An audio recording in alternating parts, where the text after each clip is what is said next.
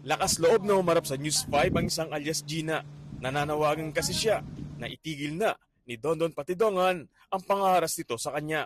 Ito'y matapos niyang kasuhan ng rape at serious illegal detention ang self-proclaimed whistleblower sa kaso ng mga nawawalan sa bungero. Papatayin daw po niya yung magulang ko, mga ganun po. May mga tauhan ako.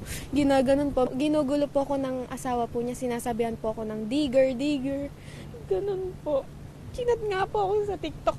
Tapos sinabi niya, magkano ba? Kwento ni Gina, 2021 niya nakilala si Dondon matapos siyang mapanood sa social media. 16 anyos pa lamang daw siya noong mga panahong yon at isang content creator. Noon, ang pakilala pa raw ni Dondon sa kanya ay Jason at niligawan siya nito. Pinangakuhan siyang susuporta ng pag-aaral pero umpisa pa lang, kabado na sa kanya si Gina dahil may mga bodyguard na armado ng baril. Ayoko naman po talaga sa kanya eh. Talagang gusto ko na po talaga umuwi nun pero hindi po niya ako inuuwi. Hanggang sa inahin na siya ni Patidongan sa Sinaloan, Laguna para bumisita sa isang farm. Binigyan daw siya ng bahay, sasakyan at pera. Pero paulit-ulit din daw siyang pinagsamantalahan at tinakot na papatayin kung hindi raw makikisama kay Patidongan. Hindi po ako nakapagsumbong kasi pinagbabantaan din po niya ako. Tsaka nung time po na ni-rape po ako, may nakaamba pong barel. Minsan nga po, gino-joke niya ako sabi niya. Ilalagay kita sa sako Tuwing minsan tinatakot niya ako. Lagi po nasa likod yung barel, sinasabi po niya na, di ba napag-usapan na natin to? Kahit di ko po alam yung sinasabi po niyang napag-usapan, wala naman kaming pinag-usapan na gano'n. January 2022, may ibinigay raw na cellphone si Patidongan kay Gina. May nako-open ditong social media account ng isang Marlon Bakay. Di ito masyadong inintindi ni Gina.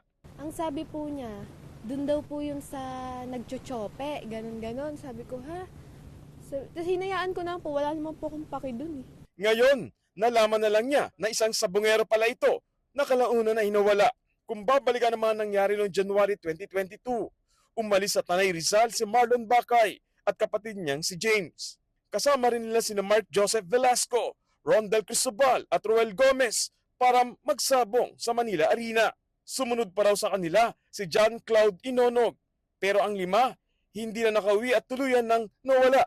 Kwento ni Gina, baka ito na ang grupong dinala sa isang farm sa Lipa, Batangas para umano i-torture. Pinapunta niya po ako dun sa farm, sa guest house po niya ako pinapunta. May hawak-hawak po siyang barel, tapos pawis na pawis po siya. Tapos may tumawag po sa kanya, hindi ko po kasi alam kung sino tumawag. Tapos sabi po niya, sandali lang behas. Tapos naririnig ko po, pinapapunta na po siya. Tapos ang alam ko po talaga nun, may parang ginagawa po silang kunya, pang kinukuryente, mga ganun po. Nakita rin daw niya ang sasakyan ni Inonog na nakaparada sa farm. At nang pumutok na ang balita at nailabas na sa News 5 ang unang kwento na nawawalang grupo ng sabungero. Inutusan daw ni Patidongan si Gina na sirain at itapon ang cellphone. Pinapasunog niya po sa akin, tapon ko daw po sa dagat sa Quezon or basta pukpukin ko daw po ng martilyo. Alaman ko po na ang totoo niyang pangalan, mga nagkakalabuan na po kami noong mga 2023 na siya po si Don nung ayun po, yung 6 po sila, kasama ko nga po yung wanted sila Pansamantala raw, nakaranas ng kaliyahan si Gina nang lumantad si Patidongan para maging whistleblower. Sa mga panahong ito, bumuo na ng sariling pamilya si Gina. Si Dondon naman, binawi raw ang lahat ng kanyang ibinigay. Pero ang asawa ni Dondon, hindi raw siya tinigilan sa panggugulo. Sa ngayon, gusto na lang daw ni Gina na matapos na ang pangaharas sa kanya. Wala rin daw siyang balak na makisawsaw pa sa kaso ng mga nawawalan sa bungero. Kung hindi niyo ako ginulo, di sana okay na nanahimik na lang ako. Pinadalhan na raw siya ng sabina ng korte kaugnay sa mga kasong isinampa ni Gina pero hindi naman ito dumalo. Bukas ang aming himpilan sa pahayag ni Patidongan sa issue. Kapatid, para sa 1PH, Gary De Leon, News 5.